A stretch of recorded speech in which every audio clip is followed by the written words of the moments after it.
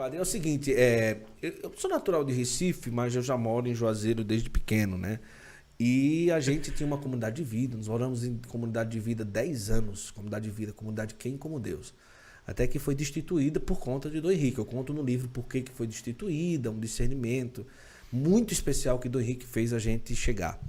Mas no Crato, que é a diocese que eu moro, Juazeiro pertence à diocese do Crato, ele foi pregar o retiro dos padres. E eu, no rádio, né? Tá sempre no rádio, doido por entrevista. Eu já tinha visto ele, gaste a sua vida numa causa que vale a pena. Aquele vídeo dele tão, sabe, que viralizou, tão que queimava o coração.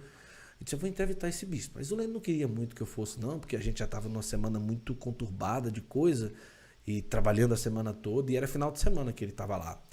Eu disse, mesmo sem ela querer, ela ficou meio contrariada, eu subi, era numa serra também onde ele estava, tinha que viajar uns 40 minutos para chegar lá, e eu fui.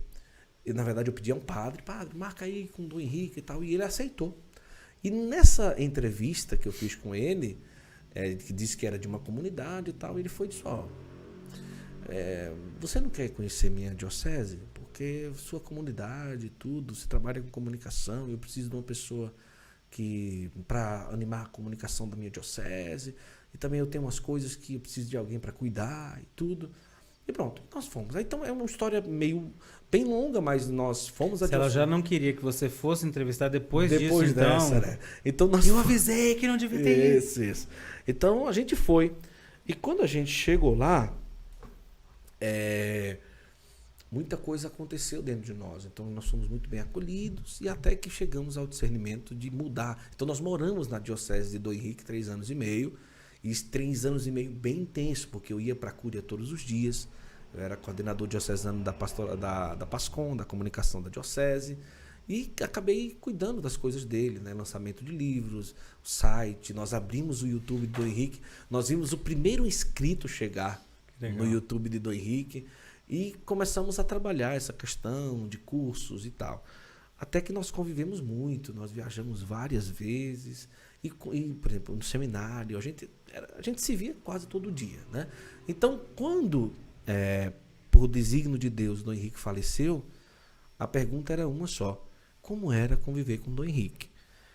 E eu percebia que as pessoas tinham muita curiosidade de saber se aquele bispo que era tão forte na internet, como era a vida dele, como ele rezava, o que ele fazia, como era estar com ele, como era almoçar com ele, como era que ele tratava as pessoas, o que é que ele tinha na mente, aonde era que ele se comportava na diocese, de que forma, quem era o Dom Henrique nos bastidores. E por eu ser assim, já de comunidade, sempre pregando e tudo, a leitura era sempre bem espiritual daquilo que eu via dele.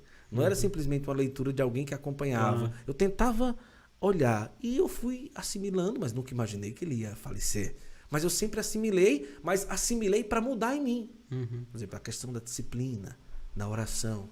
Né? Ele nunca viu Dom Henrique falhar num dia de... Nós chegávamos 3 horas da manhã de uma viagem, eu já ia direto pro quarto e tudo. Sua bênção, Dom Henrique, boa noite, meu filho, vou só rezar aqui as completas e vou dormir.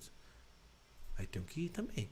E nós entrávamos 3 horas da manhã, cansados de viagem, e rezava, vinde, ó Deus, em meu auxílio, socorrei-me sem demora. Literalmente socorrer. Não. E não era assim, era, vinde, ó Deus, em meu auxílio, socorro, agora que o clarão da luz se apaga. Cantava. Dom Henrique, eu nunca vi Dom Henrique na oração das horas canônicas rezar. Ele cantava tudo. Então, com muita solenidade todos os dias.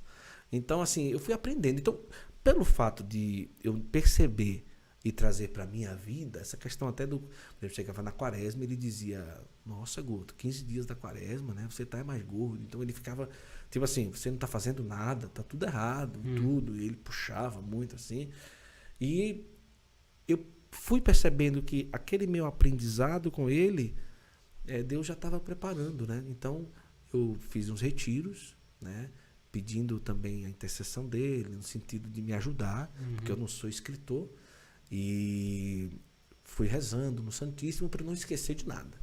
Então, realmente, aí, quem perceber e ler esse livro, vai ter a oportunidade de tudo que eu vivi. Claro, tem coisa que eu não posso falar, nem coloquei no livro, mas tudo que eu vivenciei com o Dom Henrique está nessas 120 páginas. Não é um livro de contar história, nem a minha história com ele, mas é um livro de reavivamento da fé. Porque quando a pessoa que lê esse livro, no final, vai pensar, onde comprar um livro?